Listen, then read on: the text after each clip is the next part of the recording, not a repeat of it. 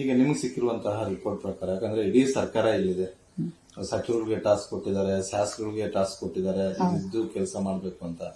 ಯಾವತ್ತು H Y ಮೇಟಿ ಅವರ ಚುನಾವಣೆ ಕೂಡ ಇಷ್ಟೊಂದು ಜನ ಬಂದು ಯಾರು ಏನು ಕೆಲಸ ಮಾಡಿಲ್ಲ. ಬೈ ಎಲೆಕ್ಷನ್ ಅಲ್ಲಿ ಇಡೀ ಸರ್ಕಾರ ಇದೆ, ಆದ್ರೂ ಸ್ವತಃ ಸಿದ್ದರಾಮಯ್ಯ ಅವರಿದ್ದಾರೆ, ಯತೀಂದ್ರ ಅವರಂತೂ ಒಂದು ವಾರದಿಂದ ಇಲ್ಲೇ ನಿಂತು ಕೆಲಸ ಮಾಡ್ತಿದ್ದಾರೆ.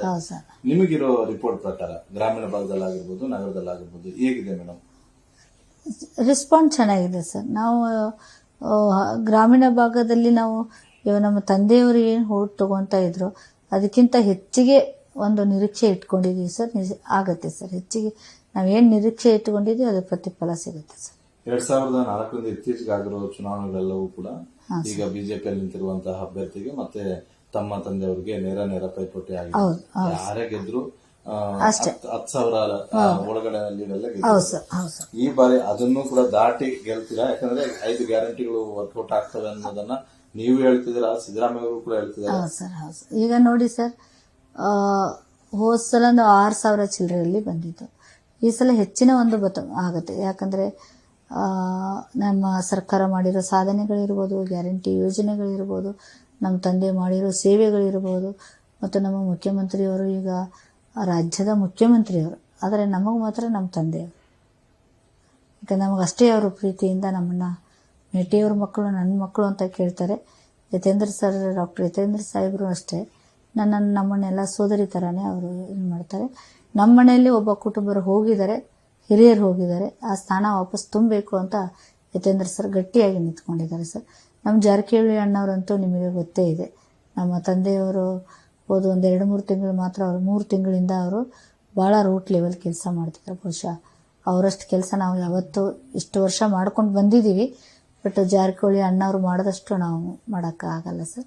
ಭಾಳ ಚೆನ್ನಾಗಿ ಕೆಲಸ ಮಾಡ್ತಾ ಇದ್ದಾರೆ. ಅಲ್ಲ, ಜಾರಕಿಹೊಳಿ ಅವರು ಹಿಂದೆ ಬೊಮ್ಮಾಯಿಯವರ ಕ್ಷೇತ್ರದಲ್ಲೂ ಕೂಡ ಕಾಂಗ್ರೆಸ್ ಅವಾಗ ಟಾಸ್ಕ್ ಕೊಟ್ಟಿತ್ತು. ಹೌದು ಸರ್. ಯಾವತ್ತು ಕಾಂಗ್ರೆಸ್ಗೆ ಅದು ಆ ಕ್ಷೇತ್ರಕ್ಕೆ ಇತ್ತೀಚೆಗೆ ಗೆದ್ದೇ ಇರಲಿಲ್ಲ. ಅದರಲ್ಲೂ ಒಬ್ಬ ಅಲ್ಪಸಂಖ್ಯಾತ ಅಭ್ಯರ್ಥಿಯನ್ನ ಹಾಕಿಸಿ ಸಿದ್ದರಾಮಯ್ಯ ಅವರೇ ಆ ಟಾಸ್ಕ್ ಕೊಟ್ಟಿದ್ದು, ಅದರಲ್ಲೂ ಕೂಡ ಯಶಸ್ವಿ ಆಗಿದ್ರು. ಅಂತದ್ದೇ ವರ್ಕೌಟ್ ಇಲ್ಲೂ ಕೂಡ ಆಗುತ್ತೆ ಅನ್ನುವಂತ ಭರವಸೆ 100% ಆಗುತ್ತೆ, 100% ಆಗುತ್ತೆ. ಯಾಕಂದ್ರೆ ಅದರಲ್ಲಿ ಏನು ಸಂಶಯನೇ ಇಲ್ಲ. ಸಿದ್ದರಾಮಯ್ಯ ಮತ್ತೆ ಸತೀಶ್ ಜಾರಕಿಹೊಳಿ ಅವರು ಪ್ಲಾನ್ ಮಾಡಿದ್ರೆ ಯಾವುದೇ ಚುನಾವಣೆ ಗೆಲ್ಲೋದೇನು ಬಹಳ ಕಷ್ಟ ಇಲ್ಲ. ಅದು ಮಾಜಿ ಮುಖ್ಯಮಂತ್ರಿ ಬಸವರಾಜ ಬೊಮ್ಮಾಯಿ ಅವರ ಪುತ್ರನೇ ಅಭ್ಯರ್ಥಿ ಆದಾಗೂ ಕೂಡ ಅದು ಸಕ್ಸಸ್ ಆದ್ರು. ಅಂತ ರಿಸಲ್ಟ್ ಬಾಗಲಕೋಟೆಯಲ್ಲೂ ಕೂಡ ಬರುತ್ತೆ ಅನ್ನೋ ಎಕ್ಸ್ಪೆಕ್ಟೇಷನ್ ಇದೆ. ಹೌದು ಸರ್, ಬರುತ್ತೆ ಸರ್, ಬರುತ್ತೆ, ಏನು ಇಲ್ಲ ಸರ್, ಗ್ಯಾರಂಟಿ ಬರುತ್ತೆ. ಬಿಜೆಪಿಯವರು ಮಾಡ್ತಿರುವಂತಹ ಪ್ರಚಾರಕ್ಕೇನು ಮಣೆ ಹಾಕಲ್ಲ ಇಲ್ಲಿನ ಕಾರ್ಯಕರ್ತರು, ಇಲ್ಲಿನ ಮತದಾರರು ಅಂತ? ಇಲ್ಲ ಸರ್, ಹಾಕಲ್ಲ ಸರ್. ಯಾಕಂದ್ರೆ ನಮ್ಮ ತಂದೆಯವರು ಅವರು ಇಲೆಕ್ಷನ್ದಾಗ ಮಾತ್ರ ಒಂದು ಪಕ್ಷವನ್ನು ನೋಡ್ತಾ ಇದ್ರು.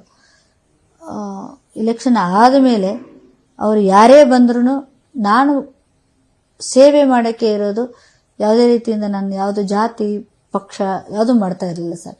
ಯಾರು ಬಂದರೂ ನಮ್ಮ ತಂದೆ ಲೆಟರ್ ಕೊಡ್ತಾ ಇದ್ರು, ಯಾರು ಬಂದರೂ ಫೋನ್ ಮಾಡಿ ಹೇಳ್ತಾ ಇದ್ರು.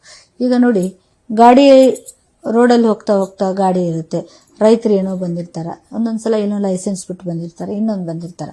ಅವಾಗ ತಕ್ಷಣ ಈಗ ನಮ್ಮವರೆಲ್ಲ ಇದೆ, ತಕ್ಷಣ ಫೋನ್ ಮಾಡ್ತಾರೆ, ಗಾಡಿ ಬಿಡಬೇಕು, ಗಾಡಿ ಹಿಡಿದ್ಬಿಟ್ಟಿದ್ದಾರೆ, ಇನ್ನೊಂದ್ಸಲ ನಾವು ಆ ತಪ್ಪು ಮಾಡಲ್ಲ, ಇದೊಂದ್ಸಲ ನಮ್ಮ ಜೇಬಲ್ಲಿ ದುಡ್ಡು ಇಲ್ಲ, ನಾವು ಹಾಗೆ ಬಂದ್ಬಿಟ್ಟಿದ್ವಿ. ಯಾಕಂದ್ರೆ ರೈತರು ಜಮೀನಿಗೆ ಹೋಗ್ತಾ ಇರ್ತಾರೆ, ಇನ್ನೊಂದಕ್ಕೆ ಹೋಗ್ತಾ ಇರ್ತಾರೆ, ಇನ್ನೂ ಎಮರ್ಜೆನ್ಸಿಗೆ ಹೋಗ್ತಾರೆ.